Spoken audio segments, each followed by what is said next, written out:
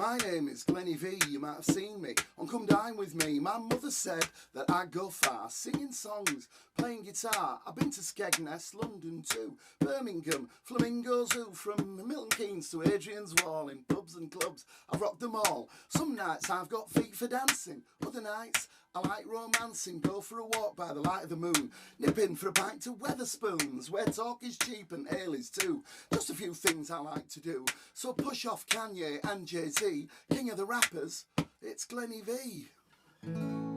Welcome to Anybody Can Play Guitar.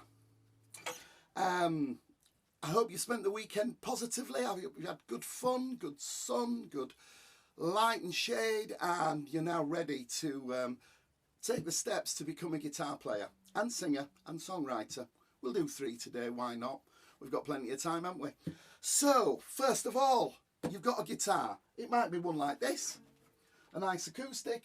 It might be an electric one. We've got them as well. But it doesn't matter so long as it's got 6 strings. Now, first thing, are you left-handed? If you are, what I'd like to do for now is try and play right-handed. That is, with your right hand to pluck the strings and your left hand to fret and finger the strings, yeah? So that's what we're going to try first, for the left peggers out there. If you're not left-handed, great. So, a guitar, here it is. It's got a headstock with machine heads or tuners. You can see those? This is how we tune the guitar. Tuning's important. Second lesson. The guitar has a body. It's shaped like a woman, apparently. It has a neck, a long neck. And on this neck there are frets, pieces of metal. And in order to change the notes on the guitar, you press your finger behind the fret. Now, as we progress and learn, you're going to have to remember these fret numbers. This is the first fret, the first one that you see. Second, third, fourth, fifth, sixth, seventh, eighth, ninth, 10, blah, blah, blah, up to 20, 21, 22, 23, 24. And on the side of the neck, you'll see some position dots. Now, these will be at the 3rd, 5th, 7th, 9th, 12th, and then again they'll repeat if you can get up to them, but it's quite hard to get up there with your hand. But you only really need to know about the first 12 frets for the next few weeks.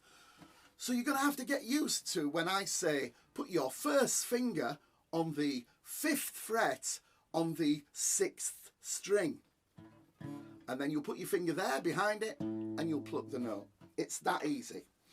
So you've got a guitar.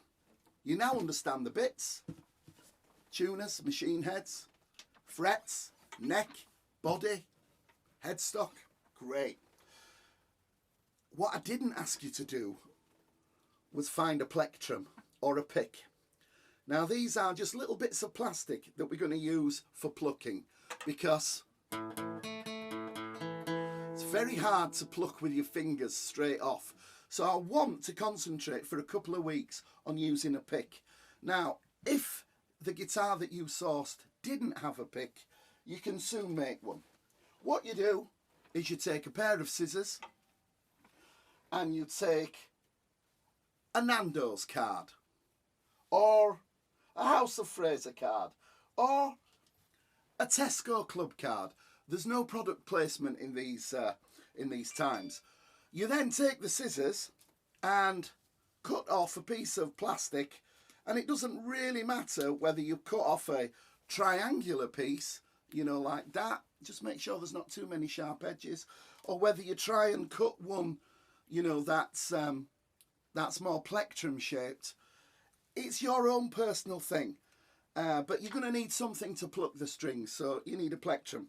So I'll just give you a pause to go and find yourself and prepare a plectrum out of a Nando's card, a cheeky Nando's card, Tesco's club card, House of Fraser.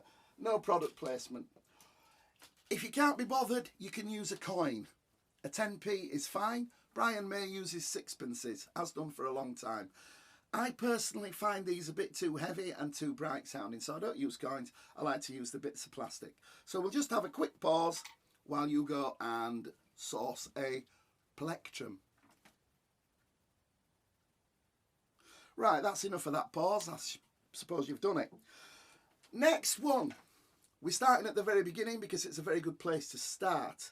So these strings all have names. E, A, D, G, B, and E.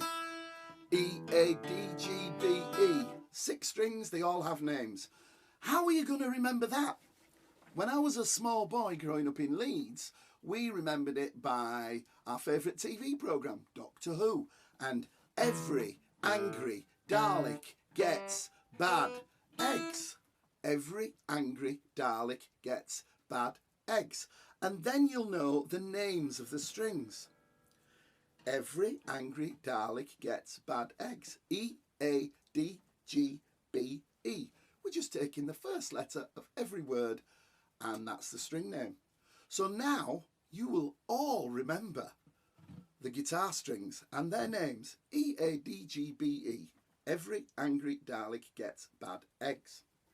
So, next, we have to tune the guitar, because it's all right giving them names, but the reason, sorry, ignore me, the reason that we have these names for these strings is so that we know what pitch we're playing at. So they are musical notes, and music uses the note names A, B, C, D, E, F, G.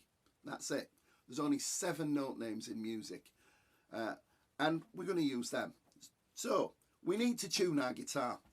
Now, again, when I said find a guitar, what I didn't say was find a tuner. There's loads of these little electronic devices, and they only cost a few pounds. There's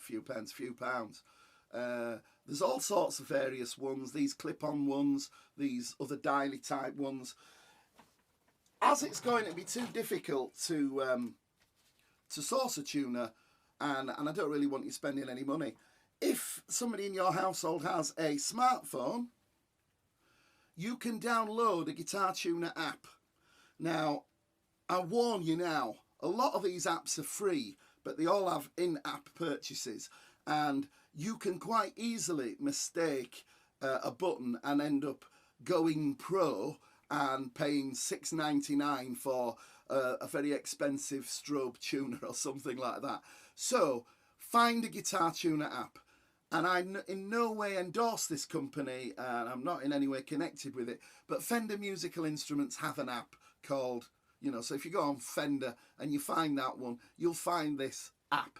Now, what this app does is it's got auto tuning, manual tuning. It'll either give you the pitch of the string so you can turn the machine heads up to the right tune, or you can use a visual one like this. Can you see that? I don't know what it's saying, but it'll tell you the note name and you can tune your guitar to that. Now, tuning is quite a torturous experience in my guitar playing life, and it's very important that your guitar is in tune for every session, every practice session, every rehearsal, everything. Mine's just about in tune, but I'll just give it a fine. Oops. Switch the tuner on that's on the headstock, and this one has a little display, you can see, and it'll show you the name of the note that's being played, and when it's at the right pitch and the arrow's in the middle, it'll go green. So that one's okay. This one,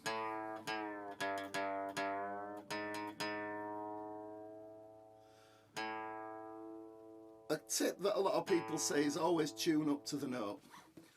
It tends to hold at the headstock better, so can you see I'm just messing about with the machine heads, turning it up, and I'm going to just try and squeeze that one up to D. Yeah, G. Every angry Dalek gets, every angry Dalek gets bad eggs. Every angry Dalek gets bad eggs. So there we are. Guitar's in tune. Every angry Dalek gets bad eggs.